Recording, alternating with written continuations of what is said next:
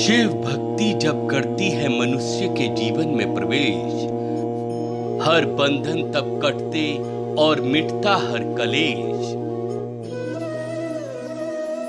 क्या कहती हैं आपकी राशियां, कैसी है ग्रहों की चाल, रत्न क्या असर दिखाते हैं, क्या रेखाओं से भी भाग्य बदल जाते हैं। जब वास्तु दोष मुसीबत बन जाए, अंकों का खेल समझ में ना आए, ऐसे ही प्रश्नों के उत्तर जानने के लिए जुड़िए हमारे साथ। देखना ना भूले हमारा विशेष कार्यक्रम कष्ट मुक्ति प्रभु भक्ति आचार्य शशिकांत वशिष्ठ जी के साथ रात्रि 8 बजे और पुनः प्रसारण प्रातः 7 बजे सिर्फ YouTube चैनल पर। आप और हम परम सौभाग्यशाली हैं। मेरे परम शिष्य प्राधिकारी शिव महापुराण के साथ साथ ज्योतिष और वास्तु के परम विद्वान आचार्य शशिकांत वशिष्ठ जी की मुखार बिंदु से ऐसा आनंद बरस रहा है। नमस्कार दर्शकों, स्वागत है आपका हमारे विशेष कार्यक्रम कष्ट मुक्ति प्रभु भक्ति में। जी हाँ, कष्टों से मुक्ति दिलाने के लिए और प्रभु की भक्ति कराने के लिए हमारे स्टूडियो में आए हुए हैं हमारे आचार्य जी श्री शशिकांत वशिष्ठ जी। तो वशिष्ठ जी, आपका बहुत बहुत स्वागत है। वशिष्ठ जी, अभी तक हमने जाना कि घर में जो मंदिर की स्थापना होनी चाहिए, किन किन भगवान की मूर्तियां मंदिर में रखनी चाहिए। अब मंदिर में मूर्तियां रखने के बाद सबसे पहले उनकी पूजा की जो बारी आती है, उसके लिए जो आसन लगाया जाता है, तो आसन का क्या विधि विधान होना चाहिए? बहुत सुंदर जी। आसन 2 प्रकार के होते हैं। पहला आसन है देव आसन, अर्थात जो आप अपने घर के मंदिर में देवी देवताओं की स्थापना करेंगे, उनकी स्थापना करने से पहले उनके लिए आप आसन बिछाएंगे, जिसको कहते हैं देव आसन। बताना चाहूँगा, देव आसन आप हर साल तैयार कर लिया करो। दीपावली जिस समय आती है जी, दीपावली से पहले धनतेरस आती है। धनतेरस के दिन आप 2 लाल रेशमी वस्त्र लेकर अपने मंदिर के साइज के अनुसार सुंदर गोटा लगाकर आप 2 देव आसन बनाएं कि एक गंदा हो जाए तो दूसरा बिछा लें, उसको धोकर पुनः फिर बिछा लें। जी। इस प्रकार आप देव आसन बनाएं और उसी देव आसन पर आप देवी देवताओं की स्थापना करें। जी, ये तो देवी देवताओं के आसन की बात हो गई आचार्य जी। लेकिन जो घर के सदस्य होते हैं, जो पूजा करते हैं, वो देखा है कि बहुत से लोग बोरी नीचे बिछाते हैं बैठकर पूजा करने के लिए। बहुत से लोग लकड़ी का एक तख्ता आता है, उसको बैठा रखते हैं, और बहुत से लोग ऊन का बनाने लगे हैं आजकल। तो लकड़ी का उचित है या कोई दूसरा विशेष तरह का आसन होना चाहिए? मैं आपको आज के एपिसोड में पूरा पूजा का क्रमशः आपको धारा प्रवाह में श्रवण कराने जा रहा हूँ। ध्यान से आप सुने। पहली बात, देव आसन बिछाकर घर के मंदिर में अपने गुरुदेव की मूर्ति तस्वीर को स्थान दे, पूर्व दिशा में बीचों बीच, और उसी के साथ गुरु की मूर्ति फोटो के दाईं ओर जो आपके इष्ट देव हैं, इष्ट देव का अर्थ है जिस देवी देवता के को देखकर आपका मन प्रसन्न हो जाए, आपका पूरा ध्यान उनके चरणों में लग जाए, ऐसे देवता को हम इष्ट देवता कहते हैं। इसी के साथ साथ ईशान मंदिर की ईशान दिशा में आप भगवान शिव की मूर्ति रखें। शिव जी की मूर्ति के बारे में आपको एक बात बताना चाहूँगा कि कोई भी गृहस्थी जो ग्रस्त जीवन को अपना रहा है, कोई भी गृहस्थी को अपने घर में या घर के मंदिर में अकेले शिव जी की मूर्ति या तस्वीर फोटो भूल कर भी नहीं रखनी चाहिए। पूरा शिव परिवार की मूर्ति आपके घर के मंदिर के ईशान कोण में हो, और जो आपका शिवलिंग है, चाहे वो पारे का शिवलिंग है, नर्मदा नदी का शिवलिंग है, और पारद शिवलिंग तो की अपार महिमा मैंने आपको बताई है, आप उसी ईशान में पारद का शिवलिंग रखें। शिवलिंग के नीचे एक कटोरी आप तांबे की जरूर रखें, और उसी ईशान दिशा में आप गंगा जली रखें।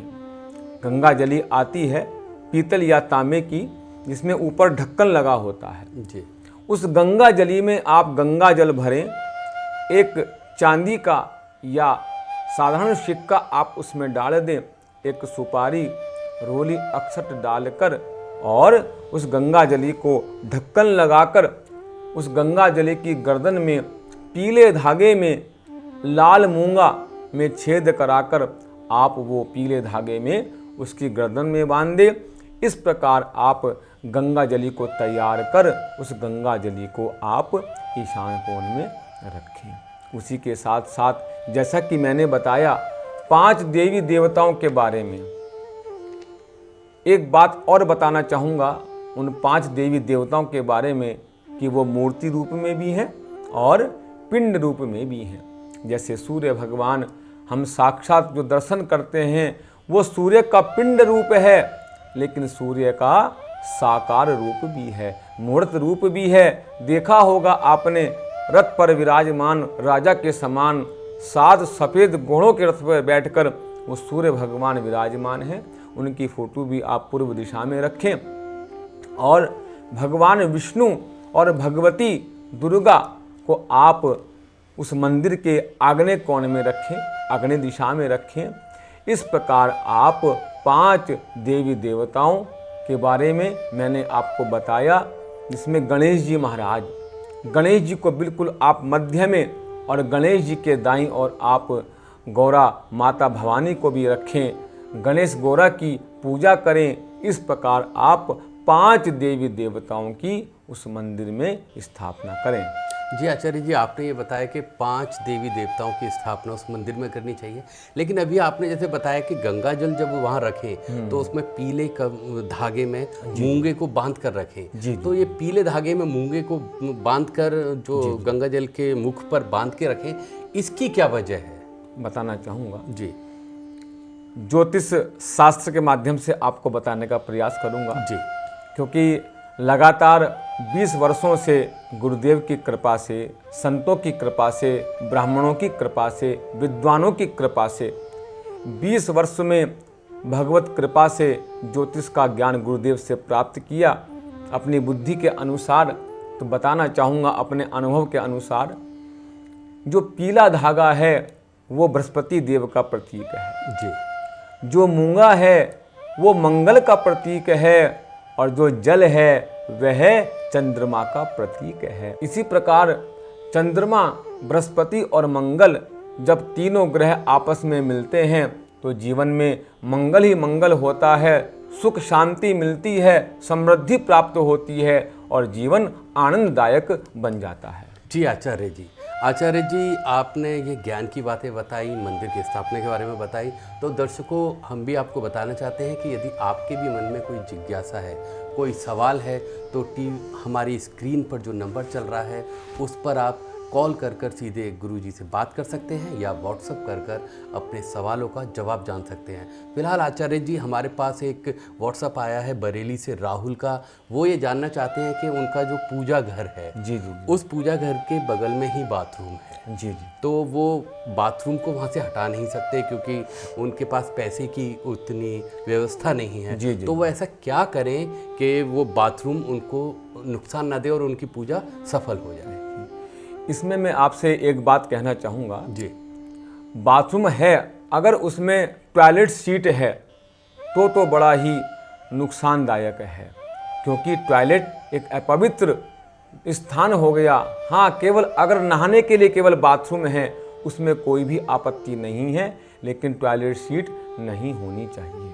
तो राहुल जी को उनके सवाल का जवाब मिल गया है। फिलहाल अगर आपके और भी दर्शकों के मन में कोई जिज्ञासा है तो आप हमें कॉल करते रहिए। हमारे स्क्रीन पर चल रहे नंबर पर व्हाट्सएप पर आप अपने सवाल भेजते रहिए, आचार्य जी उनका जवाब देंगे। फिलहाल आचार्य जी यहाँ वक्त तो चला एक छोटे से ब्रेक का, मिलते हैं ब्रेक के बाद।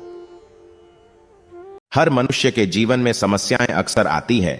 उन समस्याओं के निवारण के लिए मनुष्य तंत्र मंत्र विद्या झाड़ फूंक तरह तरह की विधियों को अपनाता है। ऐसे में इंसान कभी कभी ठगी का भी शिकार हो जाता है और उसकी समस्या का निवारण भी नहीं हो पाता। क्या ऐसे मनुष्यों की समस्याओं का निवारण है कहीं? जी हां, बिल्कुल है।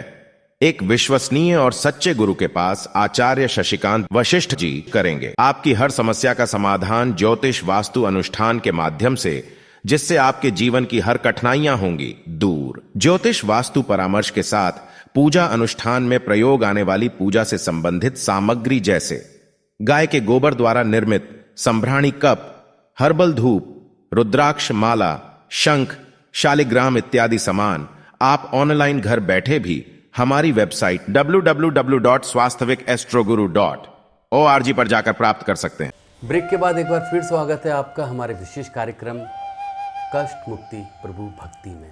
तो आचार्य जी, जैसे कि हमने ब्रेक से पहले आपसे जाना कि मंदिर में भगवान की मूर्तियां जो रखनी चाहिए वो 5 भगवानों की मूर्तियां रखनी चाहिए।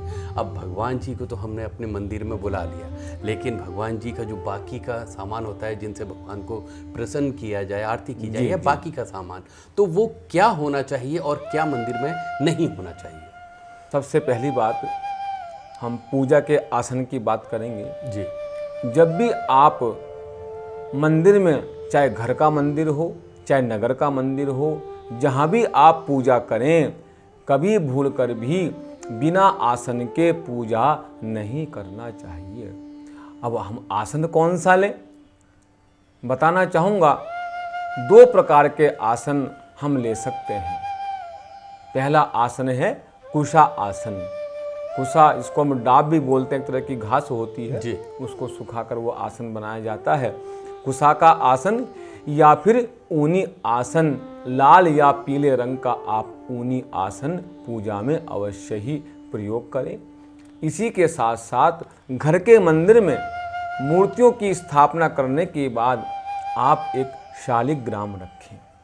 शालिग्राम भगवान विष्णु का पिंड रूप है। मैंने बताया था 5 देवी देवताओं का मूर्ति रूप भी है और पिंड रूप भी है। भगवान विष्णु का पिंड रूप शालिग्राम है, शिवजी का पिंड रूप शिवलिंग है, माँ भगवती का पिंड रूप 3 पिंडियाँ हैं, और गणेश जी का जब हम पूजा करते हैं तो ब्राह्मण देवता सुपारी या पीली मिट्टी में जो दूर्वा और मोली लपेटकर जो गणेश जी बनाते हैं वो गणेश जी का पिंड रूप है।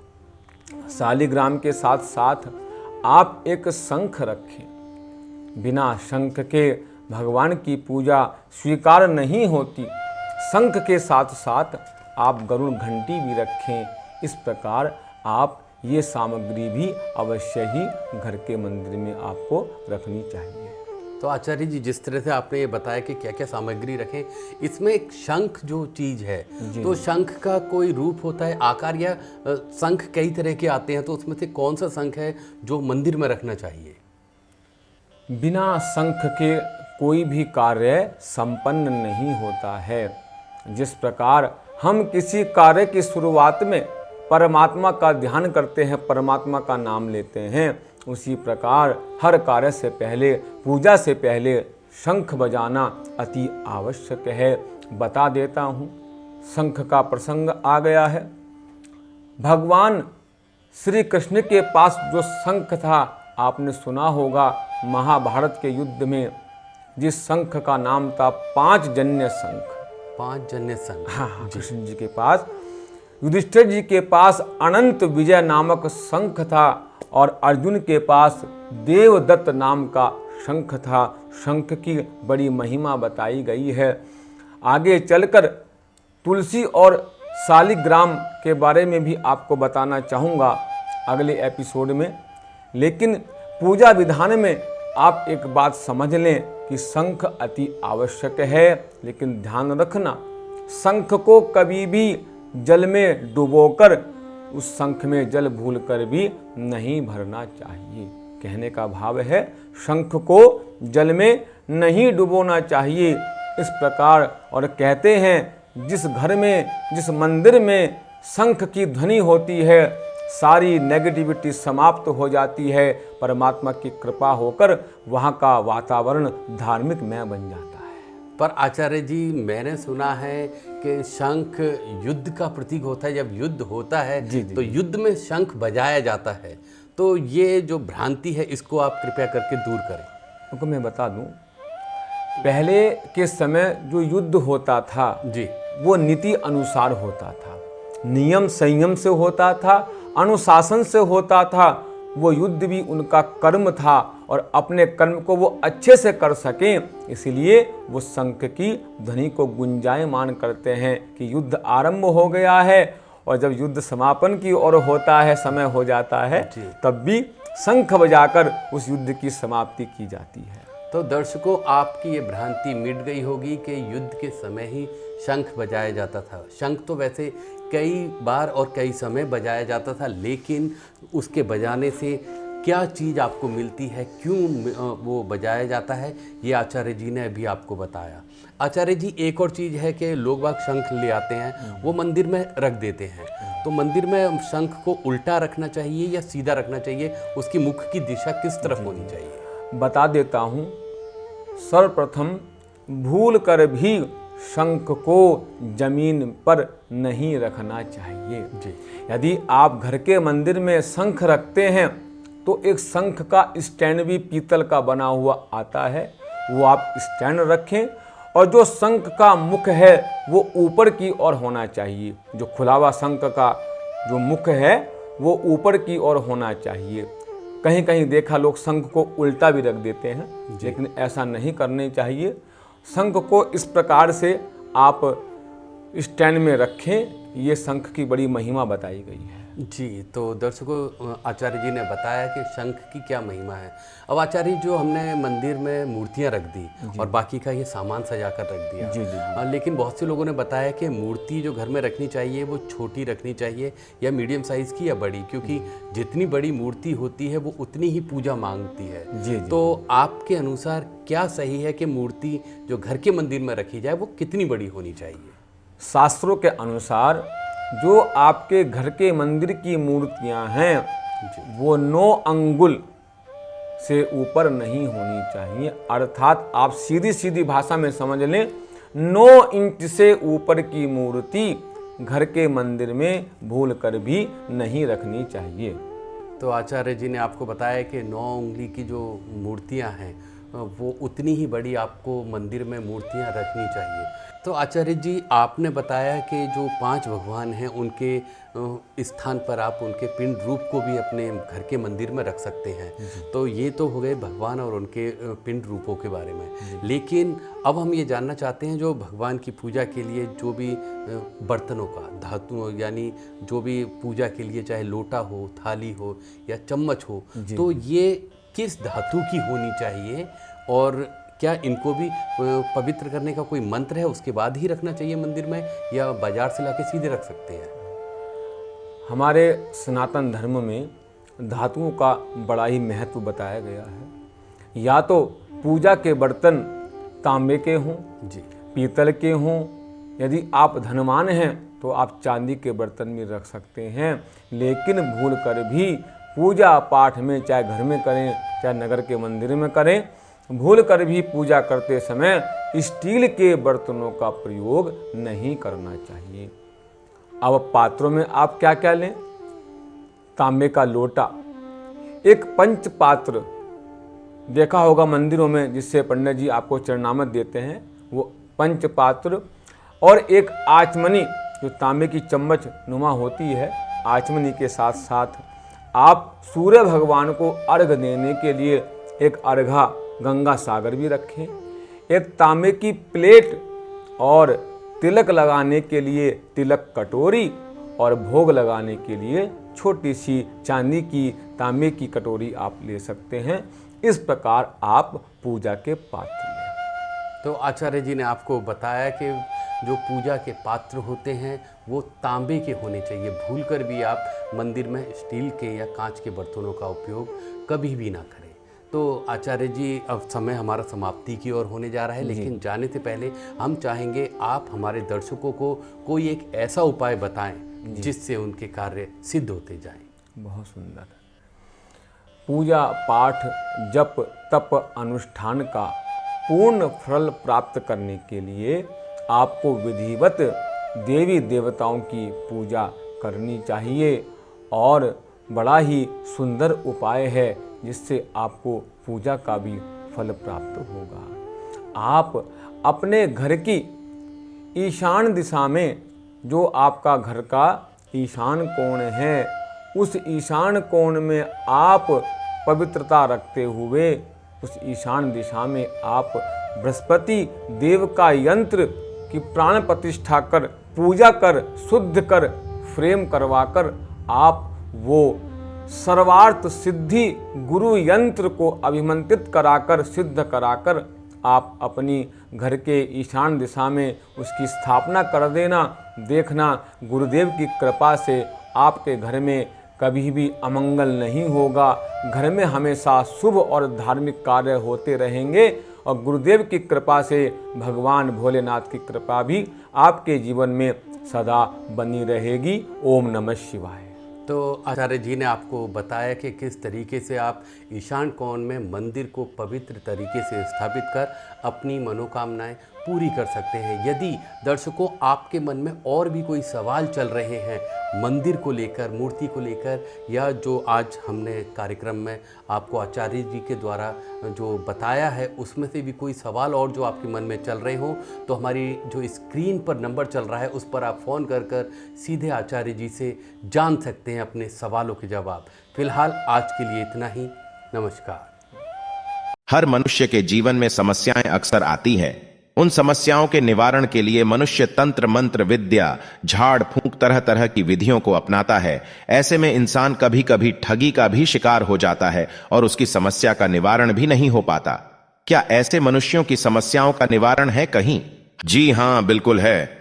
एक विश्वसनीय और सच्चे गुरु के पास आचार्य शशिकांत वशिष्ठ जी करेंगे आपकी हर समस्या का समाधान ज्योतिष वास्तु अनुष्ठान के माध्यम से, जिससे आपके जीवन की हर कठिनाइयां होंगी दूर। ज्योतिष वास्तु परामर्श के साथ पूजा अनुष्ठान में प्रयोग आने वाली पूजा से संबंधित सामग्री जैसे गाय के गोबर द्वारा निर्मित संभ्राणी कप, हर्बल धूप, रुद्राक्ष माला, शंख, शालिग्राम इत्यादि सामान आप ऑनलाइन घर बैठे भी हमारी वेबसाइट www.swasthawikastroguru.org पर जाकर प्राप्त कर सकते हैं।